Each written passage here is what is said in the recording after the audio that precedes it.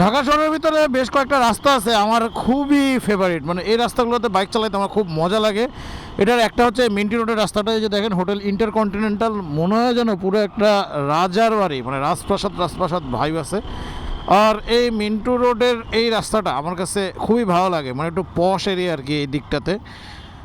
গুলশান বনানীর ওই সাইডটা যেরকম, আমার কাছে এই গুলিস্তান সাইডের মানে ঢাকা দক্ষিণ সিটি কর্পোরেশনের জাস্ট এই অল্প একটু রাস্তাটা এরকম মনে হয়, দুই পাশ দিয়ে ঘন সবুজ গাছ দ্বারা আবৃত।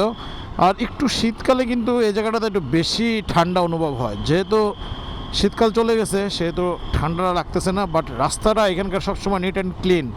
এখানে উপদেষ্টার বাড়ি, মন্ত্রীদের বাড়ি হয়তো থাকে, বা আরও ভিভিআইপি যারা আছে তাদের ঘর বাড়ি এইখানে, যে কারণে এখানে অলওয়েজ পুলিশ টুলিশ থাকে, মানে একটা অন্যরকম ব্যাপার স্যাপার আর কি, নিরাপত্তাজনিত ব্যাপার স্যাপার।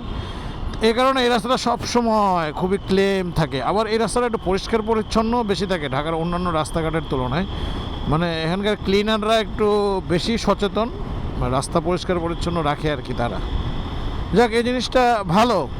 তবে এরকম যদি ঢাকা শহরের সবগুলো রাস্তা পরিষ্কার পরিচ্ছন্ন হয় না, তাহলে কিন্তু আরও বেশি ভালো হয়। আর এই রাস্তায় আমি শুনছি রিক্সা চলাচল নিষিদ্ধ, কিন্তু এই যে দেখেন, এটা তো আর রিক্সা না, এটা হয়ে গেছে অটো রিক্সা। এই ভদ্রলোকও চলে আসছে এখানে। ইফতারের পরপর হওয়াতে রাস্তা মোটামুটি একদম ফাঁকাই পেলাম। কাকরাইল চলে আসছে, অন্যান্য সময় কাকরাইলের সিগনালে মোটামুটি একটা ভালোই ভিড় থাকে, বাট আজকে ওই জিনিসটা নাই। মানে এটা হয়তো বা ইফতারের পরপর হওয়ার কারণেই, নয়তো এমনটা হওয়ার কথা না। সব মানুষজন এখন শপিংয়ে ব্যস্ত, মার্কেটের ওইদিকে, মার্কেট পাড়াতে এখন মেইন ভিড়, মানে আমার বাসার আশেপাশে আর কি, ওই দিকটাতে মেইন ভিড়। এদিকের মানুষজন রাস্তাঘাটে কম বের হয়েছে, সবাই মার্কেটে চলে গেছে। এই